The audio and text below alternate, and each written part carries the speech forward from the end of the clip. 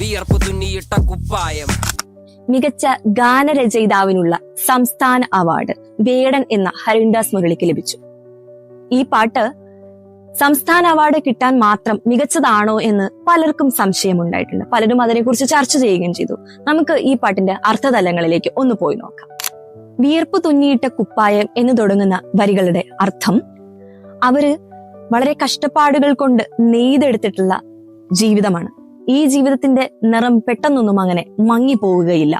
അവർക്ക് വിധിച്ചിട്ടുള്ള ചെറിയൊരു ഭൂമിയിലെ ഇടമാണ്. ആ ഇടത്തില് അവരുടെ സ്വപ്നങ്ങൾ കൊണ്ട് അവര് സാമ്രാജ്യം കെട്ടിപ്പടുത്തു.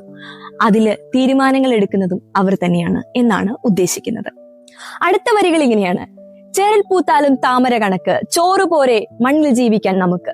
അതിന്റെ അർത്ഥം എന്ന് വെച്ച് കഴിഞ്ഞാല്, ചെളി നിറഞ്ഞ അല്ലെങ്കിൽ മോശമായിട്ടുള്ള സാഹചര്യത്തിൽ നിന്ന് വളർന്നു വന്നതാണെങ്കിലും അത് ഉയരത്തിലേക്ക് വന്നിട്ടാണ് ആ താമര വിരിഞ്ഞിരിക്കുന്നത് എന്നാണ്. അതായത് മോശമായിട്ടുള്ള സാഹചര്യത്തിലാണെങ്കിലും നല്ല രീതിയിലേക്ക് ഉയർന്നു വന്നിരിക്കുന്നു എന്നാണ്. ചോറ് പോരെ നമുക്ക് എന്നതിന്റെ അർത്ഥം എന്ന് വെച്ചാൽ, അവർക്ക് ലളിതമായിട്ടുള്ള ജീവിതം മതി, ആർഭാടമായിട്ടുള്ളതൊന്നും വേണ്ട എന്നാണ്. അടുത്ത വരികൾ അർത്ഥമാക്കുന്നത്, ഇതൊന്നും അറിയാത്ത, ഈ വിഷമങ്ങളോ ഈ ബുദ്ധിമുട്ടുകളോ ഒന്നും അറിയാത്ത ഒരു കൂട്ടം മനുഷ്യരുണ്ട്.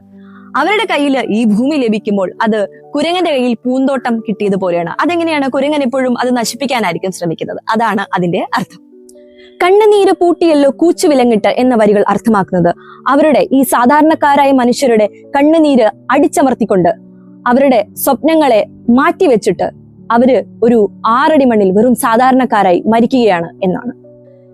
എന്നിരുന്നാലും വേടൻ എന്ന ഹരിദാസ് മുരളി ഒരുപാട് മീറ്റു ആരോപണങ്ങൾക്ക് വിധേയനാവുകയും അതുപോലെ ലഹരി മരുന്ന് ഉപയോഗത്തിന് കുറ്റാരോപിതനാവുകയും ചെയ്തിട്ടുണ്ട്. അത്തരത്തിലൊരു വ്യക്തിയുടെ പ്രവൃത്തിയെ ഞാൻ ഒരിക്കലും അംഗീകരിക്കുന്നില്ല. അത്തരത്തിലൊരു വ്യക്തിയെ അവാർഡിന് പരിഗണിച്ചതിലും എനിക്ക് എതിർപ്പുണ്ട്. This is Aarti from music stories. Bye by.